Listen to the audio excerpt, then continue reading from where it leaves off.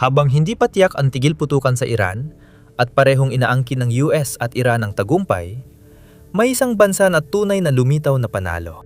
Hindi ito kabilang sa dalawang bansa sa Operation Epic Fury o Israel. Kasalukuyang may sariling digmaan ang tunay na panalo, pero ginamit nito ang mga kaganapan sa Iran para palakasin ang sarili. Ang panalo ay Ukranya. Iisa-isahin namin ang mga dahilan kung bakit. Pinatunayan ng Ukraine ang husay nito sa geopolitika sa Operasyon Epic Fury. Mula sa pagiging una sa pila na nag-alok ng tulong sa US, nang naging malinaw ng operasyon ay tatagal ng higit sa ilang araw. Mula sa pagiging mahalagang manlalaro sa depensa ng Gulpo, mahusay na nailagay ng Ukranya ang sarili bilang pangunahing kaalyado ng maraming bansang niligawan dati ng Rusya at US. Iyon ang dahilan kung bakit ang Ukranya ang malaking panalo sa Iran. At marami sa mga nakikita natin ngayon ay maaari iugnay pabalik sa sariling larangan ng digmaan ng Ukranya at sa kahinaan ng Rusya na palaging nakikita sa Ukranya. Gamitin nating halimbawa ang nakaraang 2 buwan. Noong Marso at Abril, naranasan ng Rusya ang pinakamalalang 2 buwan ng digmaan sa Ukranya mula 2024. Ayon sa Institute for the Study of War, halos walang nakuha ang Rusya na totoong teritoryo noong Marso. Mas grabe na Abril. Ayon sa ISW, unang beses nawala ng teritoryo ang Rusya mula Agosto 2024 nang simula ng Ukranya ang kontra-imbasyon sa rehiyon ng Kursk sa Rusya. Kaya napilitan si Putin na maubos ang mahigit 63,000 niyang sundalo kasamang 4,000 sundalo mula sa Hilagang Korea para malampasan ito. Kasama rin ang kontra-opensiba ng Ukranya sa Timog Silangan na nagbalik sa kanila ng halos 10% ng nawalang teritoryo mula sa Rusya. Noong 2025, ang casualty rate ng Rusya ay humigit kumulang 35,000 sundalo kada buwan. Makikita mong mas malakas ang momentum ng Ukranya kaysa sa sinasabi ng Rusya. Ano ang kaugnayan nito sa panalo ng Ukranya sa Iran? Madali lang ang sagot. Napapansin ng mga bansang Gulpo ang ginagawa ng Ukranya at nakikita nilang solusyon nito sa marami nilang problema. Ang mga nangyayari sa Ukranya ngayon ay resulta ng mas sopistikado at layered na drone strategy na hindi pa nasasagot ng Rusya. Sumugod ang Ukranya gamit ang mga mid- at long-range na pag-atake na sumisira sa mga sandata ng Rusya at winawasak ang mga mahahalagang infrastruktura sa loob mismo ng Rusya. Partikular na tinarget ang langis ng Rusya, gaya ng pag-atake ng Ukranya sa mga export hub nito sa Baltic Sea na natpahinto sa halos 40% ng export ng langis ng Rusya. Pero pinakamahalagang pag-unlad ay sa depensa. Dahil ilang taon nang gumagawa ang Ukranya ng mga drone na kayang sumalungat sa mga long-range na sandatang inilulunsad ng Rusya sa teritoryo ng Ukraine. Pinakamahalaga sa mga sandatang yon ang Shahid-type drones ng Rusya na konektado sa Iran. Nakuha lang ng Rusya ang teknolohiya ng Shahid drone mula sa Iran. Direktang nagbigay ang Iran ng Shahid sa Rusya mula 2022 at pinayagan din ng Rusya na gumawa ng sariling bersyon gamit ang kanilang teknolohiya. Itong mga sandatang nilabanan ng Ukraine. Mas mahalaga, sa Ukraine na nagwagi sa digmaan sa Iran, ang mga Shahid ay drone ng Iran na ginagamit sa mga pag-ataking walang provokasyon sa ibang bansa sa Gulpo. Kailangan ng mga bansa sa Gulpo ng katuwang sa depensa at Ukraine ang maaring makatulong. Sa nakalipas na ilang buwan, dahil sa pagpapakilala ng Ukraine ng mga interceptor drone sa kanilang arsenal ng depensa sa Himpapawid, naging pangunahing autoridad sila sa buong mundo pagdating sa kung paano harapin ang mga Shahid. Noong Marso, ipinahayag ng Ukraine na nasa 70% ang kanilang interception rate laban sa mga drone ng Russia na gawa sa Iran. Nakaramihan ay naging posible dahil sa pagdevelop ng mga murang interceptor drone na nagpapahintulot sa Ukraine na hindi na gumamit ng mamahaling interceptor missile para labanan ang murang Shahid. Iyan ang kakayahan na gustong pondarin ng mga bansa sa Gulpo. At alam nilang lahat ng tanging paraan para makuha ang isang bersyong subok na sa labanan ng patong-patong na depensa sa himpapawid ng Ukraine ay pumunta mismo sa pinagmulan. Dito na nagiging seryoso ang usapan para sa Russia. Ang pag-usbong ng Ukraine bilang isang mahalagang manlalaro sa depensa ng Gulpo ay nagdudulot ng kaguluhan sa mga akala nating alam natin tungkol sa geopolitics bago nagsimula ang digmaan sa Iran. Samahan niyo kami para malaman kung bakit may mga kasunduan munang tatalakayin. Ang tagumpay ng Ukraine laban sa mga Shahid-type drone ng Russia ay umakit ng mga bansang interesado mula sa buong gitnang silangan na gustong gamitin ang teknolohiya ng Ukraine laban sa parehong drone ng Iran. Iyan ang unang panalo ng Ukraine at talagang sinamantala nila ang tagumpay na yon ng mahusay. Ilang sandali matapos simulan ang Operation Epic Fury, bumisita sa gitnang silangan si Pangulong Volodymyr Zelensky ng Ukraine. Tinawag ng Atlantic Council ang pagbisita bilang masterclass sa diplomasya sa digmaan. At tama sila. Pinatunayan ng pagbisitang ito ang lumalakas na impluwensya ng Ukraine sa geopolitika. Ang katotohanang binibigyan pa ng pansin ng mga bansa sa Gulpo si Zelensky ay nagpapakita na tumaas na ang profile militar ng Ukraine sa antas, na kahit ang mga bansang libu-libong milya ang layo ay napipilitang magbigay pansin. Hindi lang tungkol kay Zelensky na makaharap ang pinakamakapangyariang leader sa Gulpo ang pagbisitang ito. Ibinebenta ni Zelensky ang kagamitan ng Ukraine at tuwang-tuwa ang ilang bansang inatake ng Iran na bumili nito. Umalis ang presidente ng Ukraine sa Gulpo. Bitbit ang 3 bagong kasunduan sa depensa para sa pagbigay ng drone at kaalaman sa air defense sa ilang malalaking bansa. Ang bawat kasunduang yon ay para sa 10 taon at nilagdaan kasama ang Qatar, Saudi Arabia at United Arab Emirates. Hindi nag-aksaya ng oras ang Ukraine sa pagtupad sa bahagi nito sa mga kasunduang ito. Pagsapit ng kalagitnaan ng Marso, napadala ng Ukraine ng mahigit 200 sa kanilang mga military experts sa Gulpo upang tulungan ng kanilang mga bagong katuwang na magtayo ng kanilang mga bagong air defense network. Isang buwan matapos, sinabi ni Zelensky na ang mga eksperto ay hindi lang nagbibigay ng payo sa bagong kaalyado. Aktibo silang lumalahok sa sigalot sa Gulpo, gamit ang interceptor drone para sirain ang mga Shahid na pinakawalan ng Iran laban sa mga kalapit bansa. Ito ang sentro ng nakamamatay na drone diplomacy. Dahilan kung bakit naging panalo ang Ukraine sa digmaan sa Iran. Lahat ng ito ay nangangahulugan ng 2 bagay para sa Ukraine. Una, nagpapahiwatig ito ng isang napakalaking pagbabago sa kung paano tinitingnan ng Ukraine sa pandaigdigang entablado. Sa mga unang taon ng pananakop sa teritoryo nito, tiningnan ng marami ang Ukraine bilang isang matapang na bansa na nangangailangan ng mas maraming tulong hanggat maaari mula sa kanluran upang magkaroon ng pagkakataong mabuhay laban sa Russia. Ang Ukraine ay isang tumatanggap, hindi tagapagbigay ng mga armas. Hindi tama na sabihing hindi na tumatanggap ang Ukraine dahil tatanggapin pa rin ito ng malugod ang anumang tulong na maaari nitong makuha. Ngunit nagbago na ang bansa pagdating sa depensa. Isa na itong lehitimong katuwang ng maraming bansa na tumutulong dito.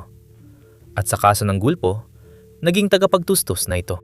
Nagiging mahalagang tagapagluwas ng armas ang Ukraine dahil sa paggawa nito ng murang ngunit epektibong mga drone na kasin epektibo, kung hindi man mas epektibo pa, kaysa sa mamahaling alternatibong iniaalok ng ibang bansa. Pangalawa, at marahil mas mahalaga pa, ang mga kasunduang ito sa Gulpo ay nangangahulugan ng higit pa kaysa sa simpleng pagbuo ng Ukraine ng ilang bagong ugnayan. Ang kanilang pagkilala sa katotohanan na ang Ukraine ay naging kailangan na sa isang reyon kung saan wala itong presensya kahit nung ilang buwan lang ang nakalipas. Bagong digmaan sa Iran, ang mga bansa tulad ng Saudi Arabia at United Arab Emirates ay hindi naman tumitingin sa Ukraine bilang isang katuwang sa depensa. Bakit nga ba nila gagawin yon? May sapat na military equipment ang galong bansa. Kaya wala silang dahilan noon para isipin na harap sila sa uring ng banta na gagawing kinakailangan ang pakikipagkatuwang sa Ukraine. Binago ng Operation Epic Fury at ng tugong puno ng mga Shahid na ibinunsod nito mula sa rehimeng Iranian na sumusugod sa kung ano-ano at kahit kanino ang lahat ng iyon. Ang simpatya ng mga estado sa Gulpo para sa pinagdaraanan ng Ukraine laban sa Russia ay nauwi sa pagtutulungan ng mapagtanto nilang kailangan nila ang Ukraine. Ayon kay Maria Zolkina, isang mananaliksik sa tunggalian. Umabot tayo sa antas ng praktikal na interes noong 2026 nang ipakita ng Ukraine ang dagdag na halaga nito, tugma sa layunin ng mga bansa sa Gulpo na magkaroon ng iba pang security partners, ayon kay Zolkina sa The New Voice of Ukraine. Habang binanggit niya na ang Ukraine ay naging isang lugar ng pagsubok para sa mga bagong teknolohiya at solusyon na maaaring gamitin laban sa pinakamakabagong banta sa militar. Tama ka. Hindi lang dahil gusto nitong tumulong kaya mahalagang Ukraine sa geopolitika ng Gulpo. Lahat ng binibigay nito sa bagong kasunduan sa depensa ay subok at napatunay ang epektibo. Naging mas epektibong testing ground ang digmaan sa Ukraine kaysa anumang laboratorio. Pragmatismo ang nangingibabaw sa lahat. Kung hindi ito gumagana, hindi ito gagawin. At hindi rin ito iaalok sa mga posibleng katuwang.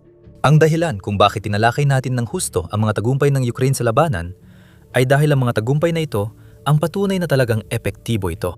Epektibo ang iniaalok ng Ukraine sa Gulpo. At dito makikita ang malaking pagbabagong hindi nakita ni Putin na darating. Ang pagiging tagapagbigay ng Ukraine sa Gulpo ay pasimula pa lamang. Maraming natatanggap ang Ukraine kapalit nito, tulad ng mga bagong partner sa labas ng Gulpo at paglantad sa Russia sa pandaigdigang antas para sa pagbabago sa geopolitika na nagpapalagay sa Russia sa alanganin. Dahil dito, Ukraine ang tunay na nagwagi sa digmaan sa Iran at binago nito ang lahat. Ginagawa namin ang The Military Show para ipakita kung paano gumagalaw ang kapangyarihan. Kung bago ka dito, mag-subscribe para hindi mo ma-miss ang susunod na palabas. May hindi direktang epekto ang mga kasunduang pinirmahan ng Ukraine sa Gulpo. Hindi lang sila nagpapadala ng drone at eksperto dahil sa kabutihan ng loob. Pampulitikang kalaw ito ni Zelensky at may mga resulta na. Binabayaran ng mga estado sa Gulpo ang Ukraine kapalit ng mga drone sa pamamagitan ng pagbibigay ng mga kailangan nito para labanan ng Russia. Naging mahahalagang sandigan sa supply ng langis para sa Ukraine ang Saudi Arabia at Qatar matapos ginawa ng Russia ang lahat para durugin ang infrastruktura ng enerhiya ng Ukraine noong taglamig. Iniulat ng politiko na ipapadala sa Ukraine ang supply ng langis at diesel. Sa kaso ng krudong langis na ipinangako sa Ukraine sa pamamagitan ng mga kasunduan nito sa Gulpo, ang langis na yon ay dadalhin sa mga refinery sa Europa, kung saan ito ay gagawing mga produktong magagamit ng militar ng Ukraine sa larangan ng labanan. Sa Europa, nakikita nating bumubuo ang Ukraine ng mga pakikipagsosyo sa drone sa buong kontinente. Noong Abril 14, inanunsyo ng Ukraine at Alemanya ang kasunduan kung saan magbibigay ang Alemanya ng daan-daang Patriot Air Defense Missile sa Ukraine, kapalit ng datos mula sa labanan na makakatulong sa depensa ng Alemanya laban sa Russia. Nag-anunsyo rin ang dalawang bansa ng joint venture para sa paggawa ng medium at long-range na drone na susuporta sa estratehiya ng Ukraine na sirain ang likuran ng Russia para pahinain ang puwersa ni Putin sa prente. Magkasamang inanunsyo ng Ukraine at Norway ang pirmahan ng Joint Declaration sa Defense Partnership matapos ang talakayan, ayon kay Zelensky, na tumalakay sa mga drone ng Russia na uri ng Shahed. Noong Abril, 16 inanunsyo ng Ukraine ang kasunduan sa Netherlands tungkol sa joint drone production. Tumigil din si Zelensky sa Turkey sa kanyang pagbisita sa gitnang silangan na nagpapakitang bukas siyang makipag-ugnayan sa bansang may matagal ng ugnayan sa Russia, lalo na sa armas. Mahalaga ang mga kasunduang ganito, hindi lang dahil tagapagbigay ng Ukraine. Ipinapakita nito, lalo na ng mga dekadang kasunduan sa Gulf, na maraming malalaking bansa ang may sariling interes sa kaligtasan ng Ukraine. Hindi na lang ito tungkol sa pagtatanggol sa Ukraine laban sa Russia. Kailangan ng mga bansang ito ang Ukraine dahil ito lang ang paraan para maprotektahan nila ang sarili laban sa Russia at Iran. Nasa napakagandang posisyon ang Ukraine sa geopolitika ngayon. Mas mahalaga na ngayon ang bansa sa mata ng buong mundo kaysa sa kahit anong punto ng kasaysayan nito. Dito nagiging seryoso ang lahat. Para sa Russia, ang pagiging pangunang nagwagi ng Ukraine sa sigalot sa Iran ay nagpapakita ng malaking pagbabago sa pandaigdigang geopolitika. Nagsimula ang pagbabagong yan ilang taon bago ang digmaan sa Iran, nang paulit-ulit na patunayan ng Russia na mahina ang kanilang militar at hindi nila kayang sakupin ang mas malit na bansa na dapat sana nilang nadomina. Ngayon, at halos dahil lamang sa digmaan sa Iran, unti-unting humihina ang Russia bilang puwersang pandaigdig kasabay ng pag-angat ng Ukraine. Sa The Telegraph, ipinaliwanag ng Executive Defense and Foreign Affairs Editor na si Con Cochlan kung ano ang itsura ng sitwasyon ilang buwan nang nakalipas. Ayon kay Cochlan, bago pa ang sigalot sa Iran, gustong palakasin ng mga estado sa Gulpo ang ugnayan sa Beijing at Moscow dahil sa pagdududa nila sa kakayahan ng US at mga kanluraning kaalyado nito na ipagtanggol ang kanilang mga interes sa panahon ng krisis. Malaking benepisyo ito para sa Rusya. Kapag napalitan nila ang US bilang supplier sa Gulpo, lalakas ang impluwensya ni Putin. Nagsimula ang Operation Epic Fury, kasabay ang tugon ng Iran. Iniulat ng Al Jazeera na ang mga bansang Arabo na tinarget ng Iran gamit ang kanilang estratehiyang pagpapalipad ng mga fire drone sa lahat ay nagdulot ng gastos na hanggang $174 na bilyong dolyar sa mga bansang iyon sa unang buwan pa lang ng digmaan sa Iran. Iran. Para sa Rusya, sakuna ang tugon ng Iran. Mahigit 4 na taon nilapitan ni Putin ang rehimen ng Iran na nauwi sa estratehikong alyansa bago matapos ang 2025. Nagpapadala ang Iran ng mga Shahed drone sa Rusya. May mga usap-usapan noon sa Operation Epic Fury na tinutulungan ng Rusya ang Iran sa pagbibigay ng intelihensya. Dahil dito, napaisip ang mga bansa sa Gulpo na lumalapit sa Rusya bilang supplier ng armas. Paano namin ito mapagkakatiwalaan kung sinusuportahan nito ang umaatake sa amin? Ang suporta ng Rusya sa Iran ay posibleng pinakamalaking pagkakamali ni Putin sa geopolitika, bukod pa sa marami niyang iba pang pagkakamali. Ang resulta ng suporta ng Rusya ay napunta ang kalamangan sa Ukraine. Ngayon, ang Rusya ay mukhang pinaka-hindi kapanipaniwalang kaalyado o tagapagtustos ng armas na maaring makuha ng kahit anong bansa. Ipinapakita ng mga resulta sa labanan na kahit walang kahanga-hangang pag-atake ng Ukraine kamakailan, ang pagkawala ng Rusya ng mahigit 1,300,000 sundalo at 10,000 unit ng mismong kagamitang nais itong ibenta ay nagdudulot ng pagdududa sa mga posibleng kapartner. Ngayon, ang desperasyon ni Putin na makipag-alyansa kahit kanino ay bumalik laban sa kanya dahil sa sunod-sunod na pag-atake ng Ukraine sa loob ng teritoryo ng Rusya. Nagkamali si Putin sa kung saan niya inilagak ang suportang pampolitika na posibleng magdala ng tagumpay sa Ukraine sa hinaharap. Bago natin talakayin yon, kitang-kitang mga pagbabago sa geopolitika, bukod pa sa pagtalikod ng mga bansa sa Gulpo, sa sandatang Ruso pabor sa inyaalok ng Ukraine. Totoo, sintomas lang ang mga bansang iyon ng mas malaking problema ng Russia. Ayon sa Moscow Times, noong Marso siyam, bumagsak ng 64% ang export ng armas ng Russia sa loob ng 5 taon. Maaaring sabihin ng Russia na kailangan nila ng armas para sa digmaan sa Ukraine, pero nagpapakita pa rin ito ng kahinaan. Itinayo ng Russia ang kanilang impluensyang geopolitikal sa kakayahan nilang magbigay ng mga armas na magagamit ng kanilang mga kaalyado para ipagtanggol ang kanilang sarili. Kahit bumaba ang benta dahil sa Ukraine, pinapakita lang nito na hindi epektibo ang armas ng Russia laban sa gamit ng kanluran at sariling gawa ng Ukraine sa labanan. At para dagdagan pa ang sakit kay Putin, ang pag-angat ng Ukraine bilang tagapagtustos ng armas ay sinabayan pa ng mga miyembro ng European Union na nagsani-puwersa para makapagbenta ng 4 na beses na mas maraming armas kaysa sa Russia sa loob ng 5 taon na tinutukoy. Nakikikita ba natin sa ngayon ang pag-angat ng isang makapangyarihang bansa habang bumabagsak ang isa? Marahil sa pangmatagalan. Pero sa mas agarang usapan, may isa pang panalo na nakukuha ng Ukraine mula sa sitwasyon sa Iran. Ang mga kasunduang ginagawa ng Ukraine sa Gulpo at sa Europa ay nag-aalis ng bentahe kay Putin. Hindi na kayang gamitin ng Russia ang sitwasyon ng enerhiya ng Ukraine bilang panggipit, lalo na kung tutulungan ito ng mga bansa sa Gulpo. Dahil tinatarget ng Ukraine ang export infrastructure ng langis ng Russia, nahihirapan si Putin gamitin ang enerhiya ng bansa para makabili ng kaalyado. Ang mga pag-atake ay dahilan din ng pagbagsak ng ekonomiya ng Russia na nakatutok na lang sa digmaang hindi nila napapanalunan. Ang mga kabiguang panloob at pandaigdigan ay problema kay Putin sa negosasyong pangkapayapaan kasama ang Ukraine. Paulit-ulit na sasabihin ni Putin na malapit nang matalo ang Ukraine at dapat sumuko bago lumala ang sitwasyon. Ngayon, may sagot na ang Ukraine. Kung mahina sila, bakit umaasa ang Gulf at Europa sa depensa nila? Bakit nasusunog ang langis ng Russia? Bakit patuloy na napapatras ang Russia sa larangan ng digmaan? At bakit pa maniniwala ang sinuman sa mga kwento ni Putin kung malinaw na mas maraming bansa ngayon ang may interes na manalo ang Ukraine? Sa negosasyon, mapapansin ng mga tagapagsalita niyang wala silang sagot sa mga tanong na ito. Ibinunyag ng digmaan sa Iran ang lahat. Ang Rusya, bilang puwersang geopolitikal, ay mas mahina ngayon kaysa kailanman dahil napatunay ang hindi nito naprotektahan ang kaalyadong pinuhunan nito sa paniniwalang isa itong pangunahing kapangyarihan sa gitnang silangan. Ipinakita rin ng digmaan ang husay sa geopolitika ng Ukraine. Bawat hakbang ng Ukraine mula simula ng Operation Epic Fury ay para gawing mahalagang katuwang ang bansa sa Gulpo at iba pang panig ng mundo. Parang naglatag ang Ukraine ng Uno reverse card.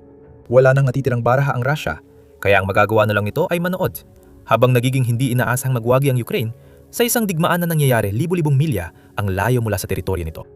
Lalong lalala para sa Russia kung mapalawak pa ng Ukraine ang tagumpay nito at magawa ang muling pagbubukas ng kipot ng Hormuz na hindi nagawa ng US. Ang daan ng tubig na yon ang susi sa lahat ng bagay sa Iran at maaring ang Ukraine pa ang gumawa ng matitinding hakbang na maaring magbunsod ng muling pagbubukas nito. Alamin kung bakit sa pamamagitan ng panonood ng aming video. At kung nagustuhan mo ang video na ito, siguraduhin mag-subscribe ka sa Military Show para mapanood pa ang iba naming mga palabas tungkol sa nagbabagong geopolitical na kalagayan sa 2026. At maraming salamat, gaya ng dati, sa panonood.